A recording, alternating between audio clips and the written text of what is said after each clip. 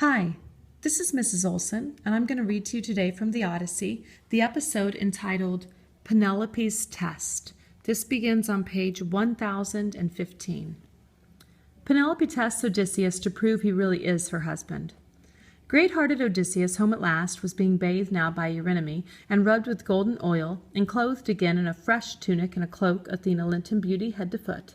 She made him taller and massive, too, with crisping hair and curls like petals of wild hyacinth, but all red golden. Think of gold infused on silver by craftsmen whose fine art Hephaestus taught him, or Athena, one whose work moves to delight. Just so she lavished beauty over Odysseus's head and shoulders. He sat there in the same chair by the pillar, facing his silent wife, and said, "Strange woman, the immortals of Olympus made you hard, harder than any. Who else in the world would keep aloof as you do from her husband if he returned to her from years of trouble, cast on his own land in the 20th year? Nurse, make up my bed for me to sleep on. Her heart is iron in her breast." Penelope spoke to Odysseus now. She said, "Strange man, if man you are.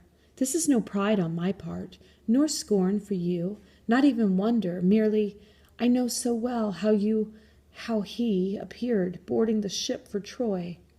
But all the same, make up his bed for him, Euryclea. Place it outside the bedchamber my lord built with his own hands. Pile the big bed with fleeces, rugs, and sheets of purest linen." With this she tried him to the breaking point. And he turned on her in a flash, raging.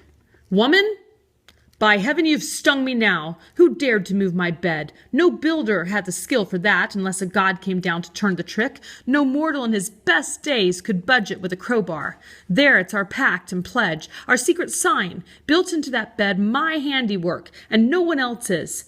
An old trunk of olive grew like a pillar on the building plot, and I laid out our bedroom round that tree, lined up the stone walls, built the walls and roof, gave it a doorway and smooth-fitting doors. Then I lopped off the silvery leaves and branches, hewed and shaped that stump from the roots up into a bedpost, drilled it, let it serve as model for the rest. I planned them all, inlaid them all with silver, gold, and ivory, and stretched a bed between, a pliant web of oxhide thongs dyed crimson. There's our sign. I know no more. Could someone else's hand have sawn that trunk and dragged the frame away?" Their secret. As she heard it told, her knees grew tremulous and weak. Her heart failed her. With eyes brimming tears, she ran to him, throwing her arms around his neck, and kissed him, murmuring, "Do not rage at me, Odysseus." Excuse me. "No one ever matched your caution. Think what difficulty the gods gave. They denied us life together in our prime and flowering years, kept us from crossing into age together. Forgive me, don't be angry. I could not welcome you with love on sight. I armed myself long ago against the frauds of men, impostors who might come, and all those many whose underhanded ways bring evil on. But here and now, what sign could be so clear as this of our own bed? No other man has ever laid eyes on it. Only my own slave, Actorus, that my father sent with me as a gift, she kept our door. You make my stiff heart know that I am yours." Now from his breast into his eyes the ache of longing mounted, and he wept at last, his dear wife, clear and faithful in his arms, longed for as the sun-warmed earth is longed for by a swimmer, spent in rough water, where his ship went down under Poseidon's blows, gale winds and tons of sea.